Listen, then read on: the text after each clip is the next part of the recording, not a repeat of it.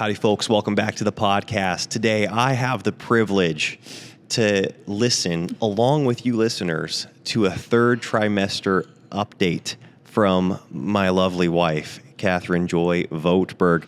I feel pretty up to date, I should say, on how she's doing here at the beginning of the third trimester with baby number 7.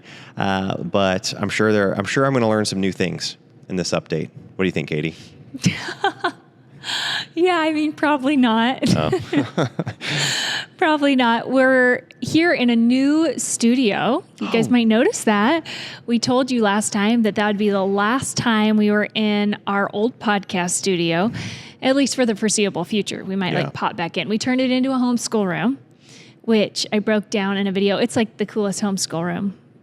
I mean, that I've ever had. I think it's great. It's very special. I love being in it. We clearly love the color green. So you could see we still have the color green in the back if you're watching on YouTube. And we're kind of still in the middle of a construction zone here in the Vogtberg Music Academy Hayden Studio. So this is our in-person music school.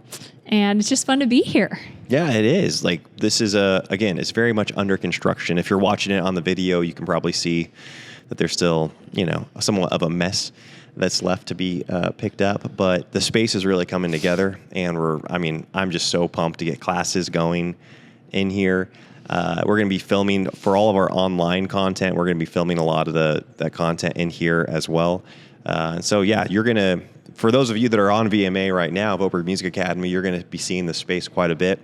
And you're always free to come by, even if you don't live locally and aren't able to attend our classes, on a regular basis, but you're traveling through. Any Vogtberg Music Academy students are free to drop in. So we'd love to have you. Yeah, and even if you're just a podcast listener, we'd love to have you come in too. Yeah, and just say hi. Be fun to meet you. It's our home away from home.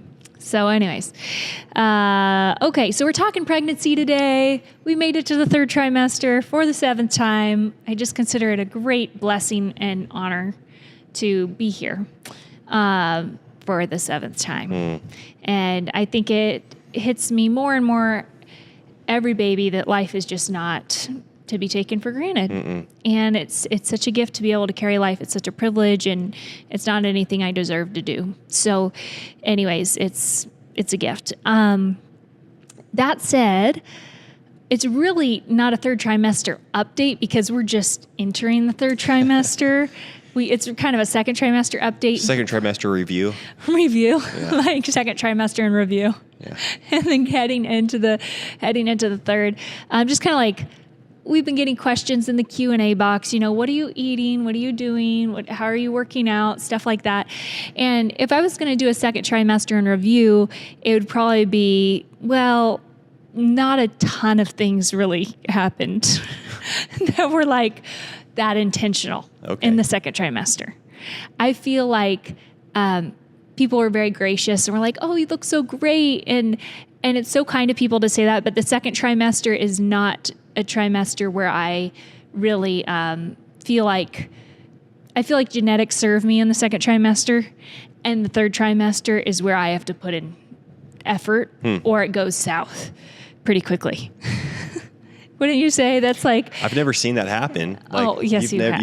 You've never gone south. I mean, never without me. And so you just never noticed it. I wish I had some old clips of old videos, like some of the kids, I can like barely open my mouth and smile. That's where I like swell like crazy, or I've had really bad back pain in my third trimester.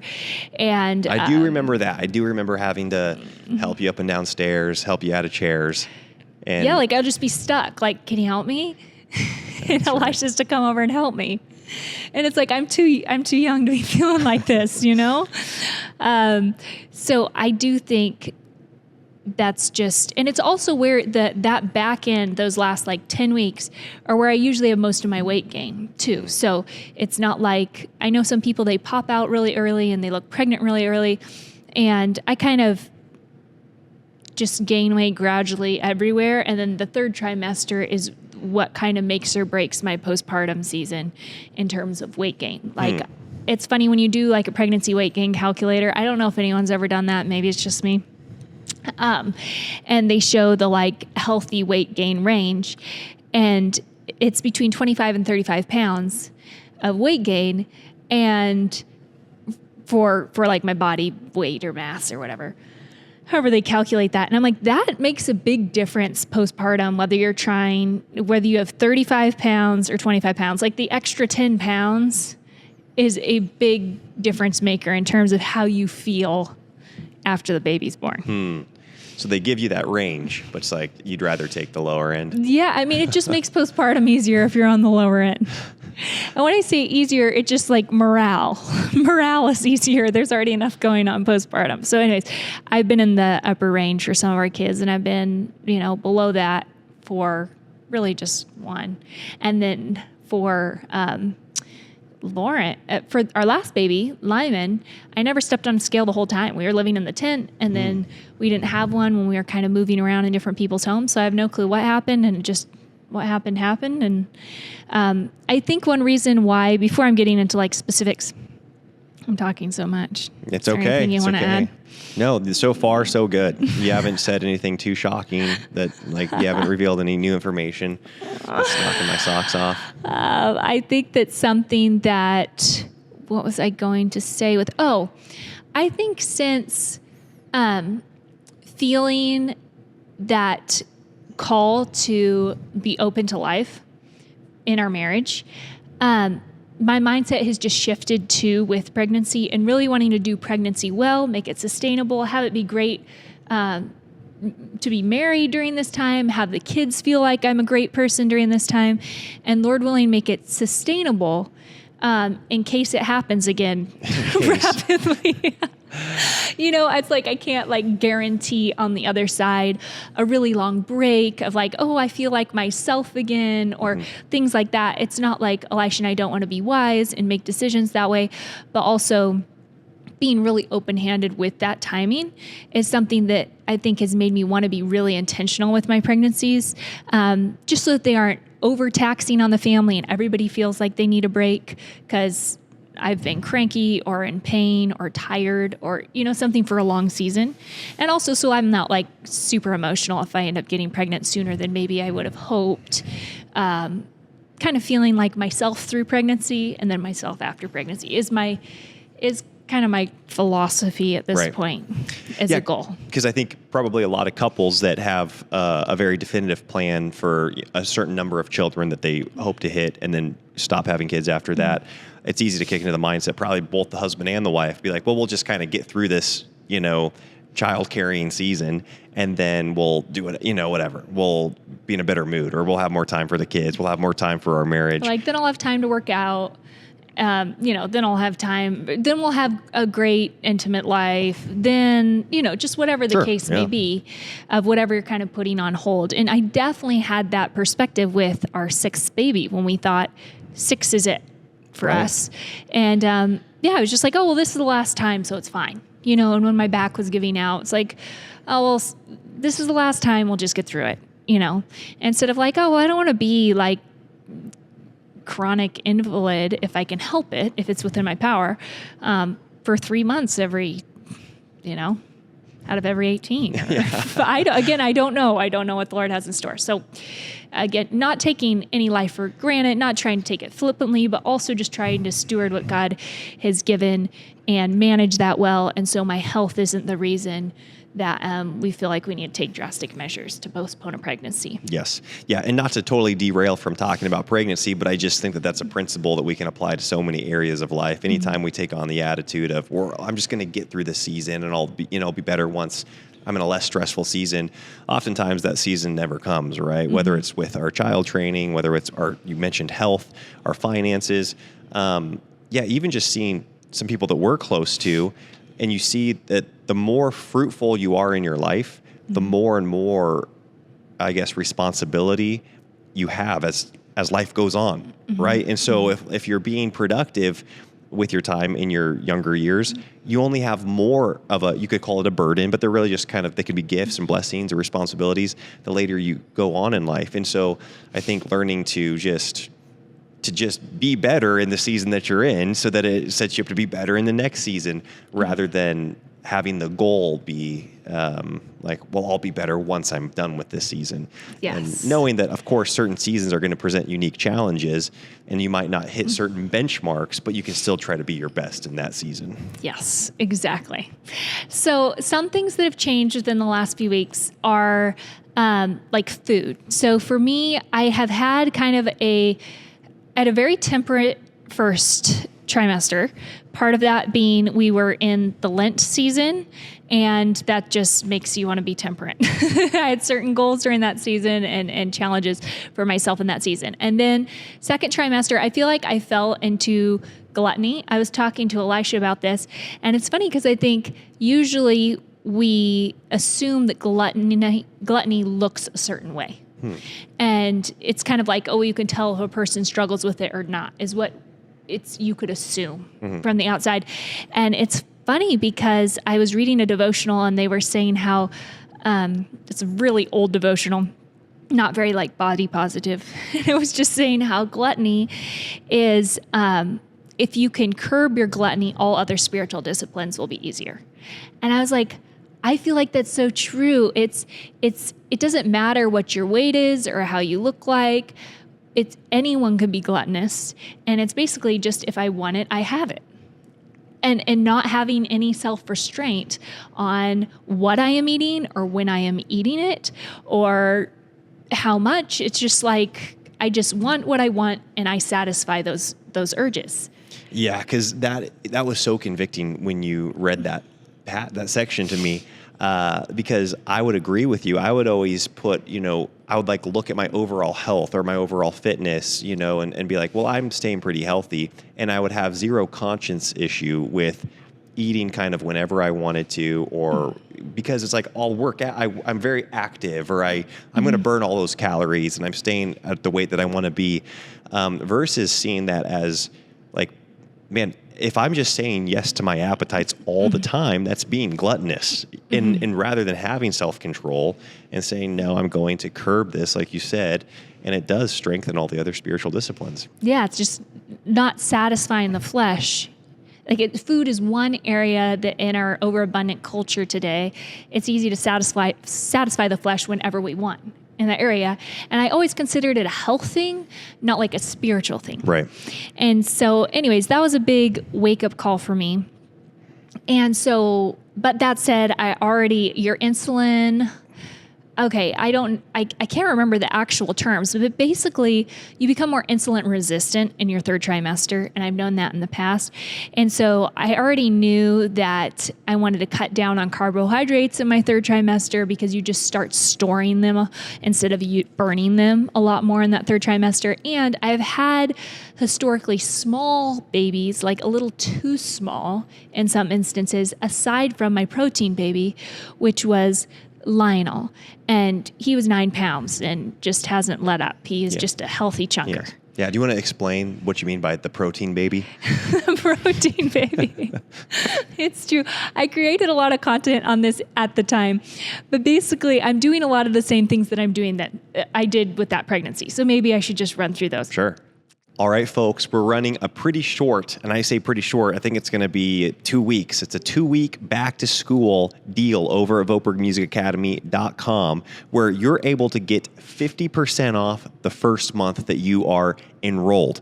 Okay, so if you're not quite sure which instrument to do for your child, because we offer piano, guitar, fiddle, ukulele, mandolin, maybe you're not quite sure if your child's old enough, you've been on the fence, this is going to be one of the most affordable ways you'll be able to kind of try out Voper Music Academy, 50% off for your first month. So check the link below for that, and we're going to run this campaign through August. Okay, and so I'm trying to think of when this episode's going up, but you've got about 2 weeks left. And so you got to take advantage of that, see if Voper Music Academy is right for your children this fall. So to start with, I'm intermittently fasting again. And so I'm doing a 16-hour fasting window. And again, fasting is an extreme term to just say I'm not eating between dinner and breakfast and making sure those gaps are 16 hours. So that right there really just curbs my flesh. And it's funny because the first time that I did this with Lionel, I straight up just had selfish reasons for it. I was overweight in my pregnancy and I didn't want to be. And so I lost 10 pounds while I was pregnant and by doing this whole intermittent fasting thing. And I was cranky during those fasting windows. Like I was irritable and I was hungry and I was annoyed at the kids. And I remember telling friends afterwards, oh, I just love not being pregnant. But I really felt like, well, that's fine. Obviously I'm hungry. Like at that point, I gave myself an excuse my whole life to be hangry. And so this was one of those things. It's like, I can't be in a good mood right now. I'm starving and it's breakfast time. And so I'm going to be annoyed. I mean, I think that's just a commonly accepted standard for all of like Western Christians is I've done that. It's like, oh, I'm low on calories. That's why I'm short and snappy with the kids, or, you know, I'm not being real, you know, I guess communicative with you, because I'm hungry, you know, and that's so convicting to like, when you look at the fruits of the Spirit, when you look at what it means to be a Christian, to really rise above that, like your fleshly feelings. Yeah, it's like you're not catering to one aspect of your flesh, you're giving into another aspect. Yeah, exactly. You know what I'm saying? Like it was no spiritual growth was happening, that's for sure. And then since this last year with Elisha and I utilizing, I guess, fasting as a spiritual discipline more, and not since I've been pregnant for me, but you start to realize, oh, like the whole reason I'm doing this is to be more contrite before the Lord, to be in a more spiritual place in terms of seeking Him and reliance on Him and dependence on Him. It's really counterproductive to then be just barking at everyone and annoyed. And what's that saying to the kids? What's that even saying to the growth of us spiritually? Like nothing's happening that is fruitful, if that's the case. Well, yeah, because I mean that's the thing is, you know what, like when there will be like very gracious people that you meet that you have no clue are in chronic pain. Oh, yeah, it's amazing. You're like, man, I wouldn't be that person. Like if I jack up my back at jiu-jitsu, or if I hurt my, you know, if I've got a, you know, my sciatic nerve thing, you know, like that is bad. That everybody would know about it, right? Every single person would know about it because I would wear it on my face. It would be in my temperament. And I want to grow as a person so that, because I mean, our bodies are going to hurt more and more as time goes on. I know. And I want to be able to transcend that and to be in a place where I'm able to exemplify the fruits of the Spirit, and not have the discomfort of my body be what everyone knows me for. Yeah, and give ourselves the excuse to sin because we're in pain. And that's crazy. Like when you see like a joyful older person, you might just assume they're in good health, but that's not the case. Mm-hmm. And I think that there are a lot of our listeners, I'm sure, that are in chronic pain all the time. And my heart goes out to you. I think that's a beautiful way to unite with Christ. And it's something that is a testimony. It is. In the way that you're living your life. So anyways, I admire those of you who are in those positions. But that said, this time, I feel like I just have a totally different perspective on fasting. It's a joy to fast. It's not a big deal. When I feel those hunger pains or things in the morning, I feel like I'm still able to just be joy-filled and patient and I'm not perfect, but I do feel like my perspective has totally changed because of that practice throughout this last year of like, oh, I am free to walk freely in Christ in this moment, even despite being hungry a little bit, you know? So, and 16 hours is nothing compared to like 40 days or something. Yeah. I mean, I would be dead. There's no way.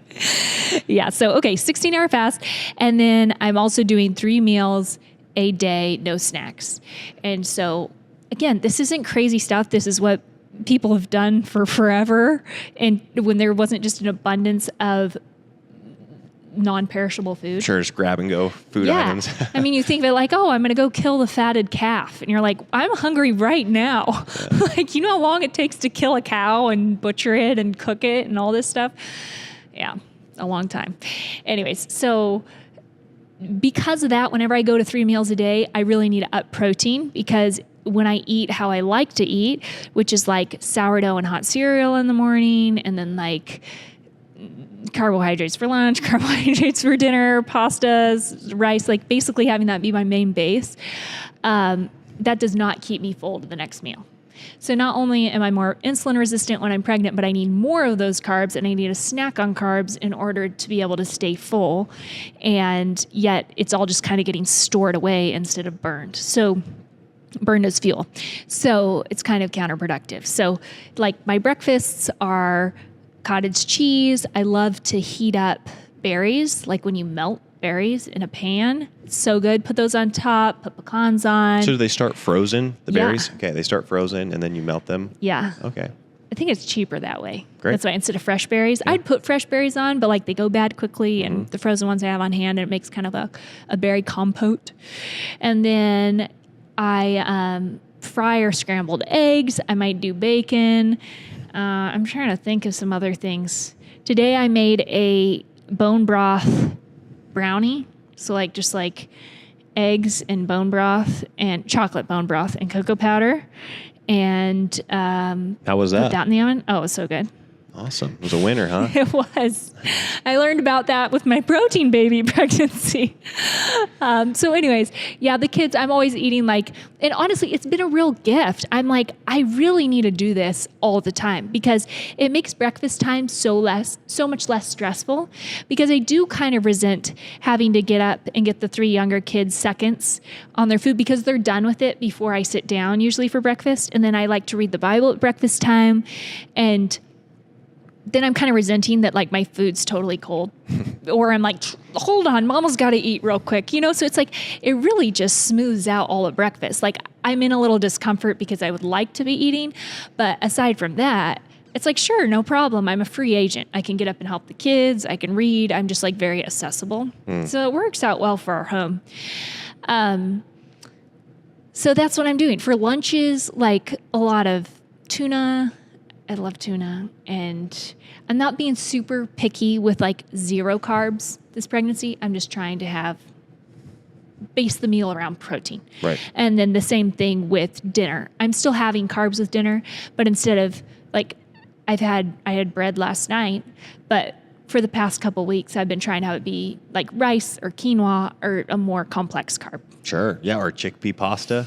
Yeah, exactly. That was high Made protein. Chickpea pasta. That was tasty too. That was good. I know. I told Elisha, I was like, this is chickpea pasta. I hope you like it. It was great. Good. Loved it. So having more meat, stuff like that.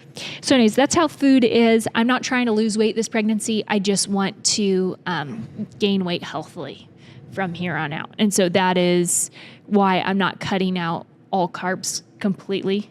Whereas with my protein baby pregnancy, I went like hardcore, like tiny amounts of like rice and stuff like that.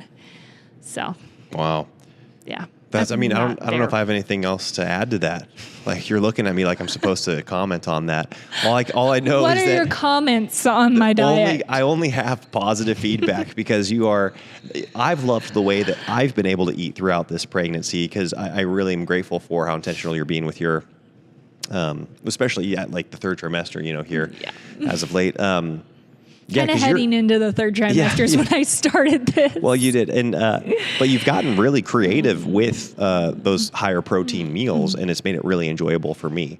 Because I don't think maybe my appetite's changed or just my goals for my life have changed, but I don't recall when you were eating more high protein, low carb, me enjoying it as much. But I've really enjoyed this. Oh, good. Yeah. I think it's both. I think it's like you're just appreciating healthier food more. Yeah, definitely. And then also, hopefully I've gotten better. I think you've gotten way better. Yeah. It's been awesome. Okay. Well, good. That's good. Something that I'm doing that's the same, again, is Lionel. That pregnancy was my 5th. Okay. So my 5th and my 7th. The high protein, or the protein baby. Yeah. The protein baby is tracking. So I do have in the back of my notebook, I do track like how much water I'm drinking. I'm drinking 96 ounces a day. I think with Lionel, I was drinking like 120 or 130 ounces a day. Again, I'm just not going as extreme. I feel like I don't need that. I'm in a healthier place with this pregnancy. And so that's kind of my water. track my fast times and I track what I'm doing for working out. So for working out, again, like the second trimester was kind of what was it? Just a failure? No, are you kidding me?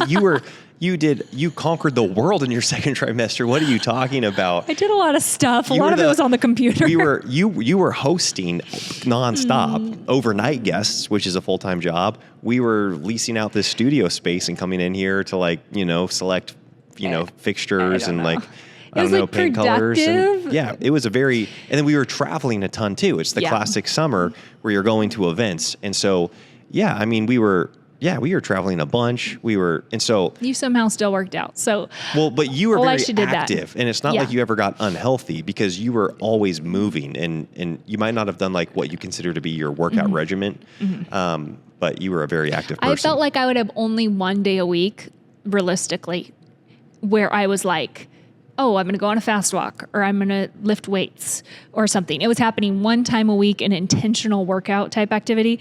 And then aside from that, I do move a lot in our house. I get a lot of steps and stuff like that, but it was not like strength training and stuff like that. And I knew there was a good chance it would bite me. And it did about 2 weeks ago. It's like my back pain came out of nowhere. Like I'd been feeling so good. And then, speaking of chronic pain, Elisha heard about it. I was like, no, it's back. And I thought it was just a road trip we did, but then it was like, no, this is it. And if I don't do something about it, it gets to be a really big deal. And I start having to ask the kids like, oh, can you pick that up? Mama can't bend down. Mama's in pain. And I want my kids to have a good association with their mother being pregnant. I know I had a good association with my mom being pregnant. She had terrible varicose veins, and I remember rubbing them at night. Sometimes she'd get we called it the sack. Like she had a huge bulbous blood sac on her foot that would just blow up. But I never remember feeling like a burden or her irritability because of the pain she was going through. I also didn't want to just be talking to Elisha about it all the time. So I've learned this in the past that what I used to think is, when my back hurts, I can't do anything.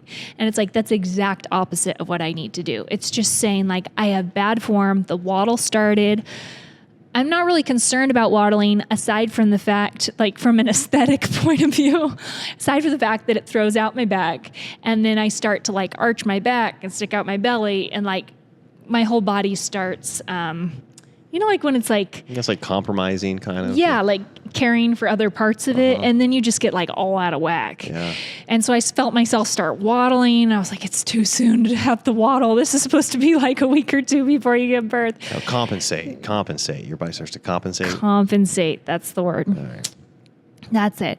So I was like, I need a workout plan that works. And nothing has worked for me in terms of me sticking with it or my desire to stick with it since doing daily routine fitness with my protein baby. And I realized I've been trying to figure out what it was about that program that was so great for me. Because what's kind of unfortunate is it was $25 a month to do this program. And this gal, it wasn't like her workouts were noteworthy or anything. They were with 10-pound dumbbells and a band, like a leg band. But she had a week's worth of videos every week. So above the video, it'd say Monday, Tuesday, Wednesday, Thursday, Friday. And ever since I've just tried to go, she changed the program from $25 a month to now you have to call and book a call and she'll get you in the best shape of your life. And it's a very big commitment. And you work with nutritionalists and I haven't booked a call, but I'm guessing it's not $25 a month anymore. Does that make sense? So do you not have access to the old membership? No. No. So she canceled it. Got it. So basically now, it was a great business move, but she's probably selling now more like $1,000 price tag for a 12-week program or something like that. That's what it looks like on the front end in order to make it worth it to have all these people she's hiring. And we can get into her business later. Sure. And it would all be speculation because we don't know. I haven't booked the call yet, but I might do it postpartum or something like that, but it just seems like a really big commitment. It's I just kind of need a workout. I don't need to be in the best shape of my life right now, okay? I just don't want my back to hurt. Right. So I ended up it dawned on me. I was like, maybe I should just search, like, I forget what I YouTube searched, but just like a video per day or something, workout program. I probably said it a little more concise than that. And Google came up with like an old, I don't know if you guys like knew of Jillian Michaels. My mom did her workouts like at home when I was growing up. And she came out with this 28 shred program.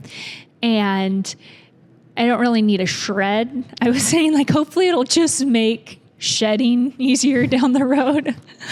But her workouts are laid out for the week. And so it's like, do these workouts this week. And I've been sticking with it. Hey, there we go. You've Every been like single clockwork. day. I have. And folks, she's getting up at so early. She's getting up, being in prayer, being in God's word, and cranking out these workouts. It's really inspirational. Yeah, well, you inspire me. You do it through all seasons. I admire you. So Elisha is my inspiration, but I've never been pregnant and doing it. I haven't, or postpartum, or so basically you like have no excuses, which I do, and you never can cash in on an excuse. You just have to be in great shape all the time and disciplined all the time. Just easier for me. No, I admire you. So, yeah, I think the clarity of knowing I have something waiting for me tomorrow that's supposed to be done tomorrow. It's something, it feels like this to-do list item that someone placed on my to-do list that I have to get done. And it feels really good versus like, I should work out tomorrow. I should probably go find a video on YouTube. I don't know why. It's just like, this is the video and it's supposed to be done. And if I miss that video, then like I'm behind. Yeah. Mentally, it's just been very good for me. So I can't say the workouts are like the best in the world. Like there's a lot of jumping in some of them. I'm not jumping right now. I'm not frolicking around. So I just modify during those parts. And then same with some of the core workouts. I'm like, I would rather be squatting or doing something like that than I can't do like ab crunches or something. So I just put another workout in, but I'm working out for the 35 minutes and it feels really good. So the first 2 days, just in case any of you guys ever experience like back pain, and there's all kinds of different back pain, but I think mine is muscular. And you do this, don't be discouraged if it kills worse for like the first 3 days, because all my muscles that I haven't engaged all of a sudden got tight. And then it's like my whole body's hurting and my back's hurting. But I know from experience, just keep going. And now it's like my back doesn't start hurting till like 8 at night. And I'm thinking it's going to go completely away. Yeah. You should you should try foundations training. You honestly should. Why? You always laugh at me when I'm doing that, but it is. I know that's helped you. It's incredible. Yeah, it's miraculous. When I was 15, there was a guy that we knew, and he was like, you guys need to do foundations training. And I was just like, this is so weird. And I still kind of think that. Okay, so I do think it's really helpful. It is. I do think overall, though, like you're really muscular and you get bound up. And I do think foundations training could help. But I feel like long term, I need to strengthen my muscles. It does strengthen your muscles. A little bit more, like with weight. Honestly, until... foundations training is like, okay. In my mind, head and shoulders the best for back pain.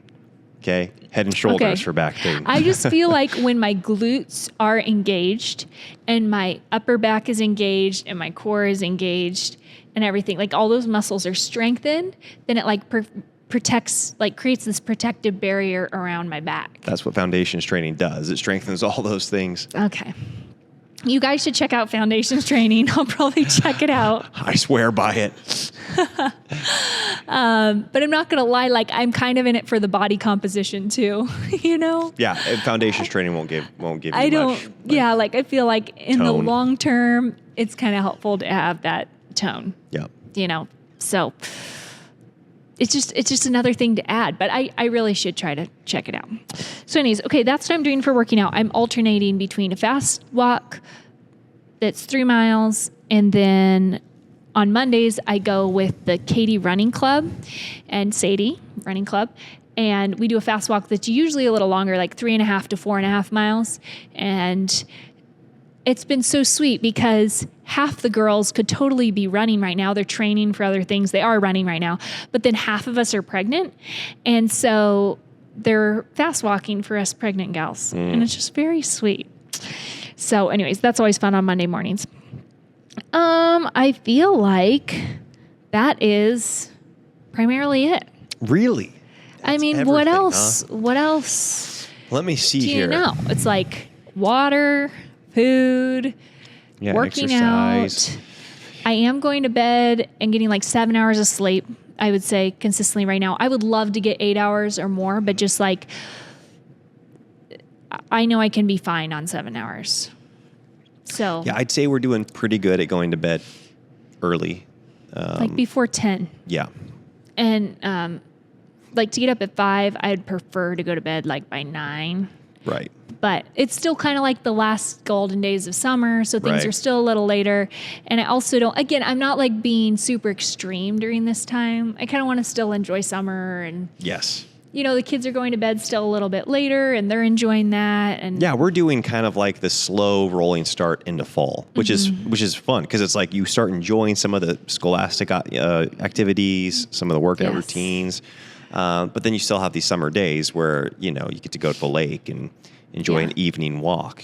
So yeah, I feel like energy wise though, I have great energy all day. oh yeah, I'll say you blow me I'm away. not like napping a ton. exactly. I was in the second trimester. And I was expecting you to, because you've been so consistent in getting up early, and some of these nights you've not gotten a ton of sleep. Like you said, you've mostly gotten 7, and I'll think, oh man, you're probably gonna need Yeah. a nap this afternoon, but you've just powered through with a smile on your face. And Why? The Lord's been gracious. Like I haven't been tired. wow, I don't know if it's the endorphins from working out, or like I'm kind of thinking that the food I was eating before was actually making me like crash in the afternoons. wow, I don't know. Honey Nut Cheerios just don't get you through. I would like go for something sweet in the afternoons. Right. It's kind of a pick me up. Yep. And I'm like, oh, I wonder if I would, then I get a crash from that. And I'd be like, oh, I need a nap. I just feel exhausted. So yeah, I think of like Daniel, the pulse, and when he ate vegetables and oh yeah, you're all right. that stuff. It was He's just like bright-eyed. Yes. I feel like my energy is actually coming back in Right. the third trimester. And again, I say third trimester, we're just in the first week of the third trimester, but the couple weeks leading into the third trimester Sure. is like when I'm like, okay, time for a rehab of life. Yeah, well, we made sure to record the episode while you were feeling stoked about the third trimester. That's what we needed to do. We'll give you a later update before we go into labor. Yeah. I think some things I'm trying to avoid too. So, okay, it's like my back, very practical, trying to avoid that. And the other thing is water retention, really practically trying to avoid that. And that's why I'm drinking a lot of water. I'm doing element electrolytes like once a day. And a couple of days I missed, and I just got a lot of cramping in my legs. I was telling Elisha, I think it's because I know you can be low in calcium and magnesium and those things, but I think specifically with this, like I'm not eating a lot of salts or sugars in my regular diet now. And so if I don't have those added salts, Right. it just doesn't work out very Yeah, well. makes sense. Also, I still do have a code for Element, and I get a free box when you guys purchase a box. I don't know if you get anything through our link, so you could check it out. Maybe it's a lose for you. Maybe you get like a free box. I don't know, but I'll put it down below because I do buy a lot of those boxes when doing electrolytes. Awesome. Folks, thank you all so much. One last thing. Are you doing anything Yes. different supplementation wise? I'm just taking a Pro Vitality pack a day and a stress pack a day right now, which just has a lot of like B vitamins, selenium, like minerals. And then I am taking CalMag, like calcium and magnesium, and that's it. That is all I'm currently taking. Nice. And I'm Awesome. doing that daily.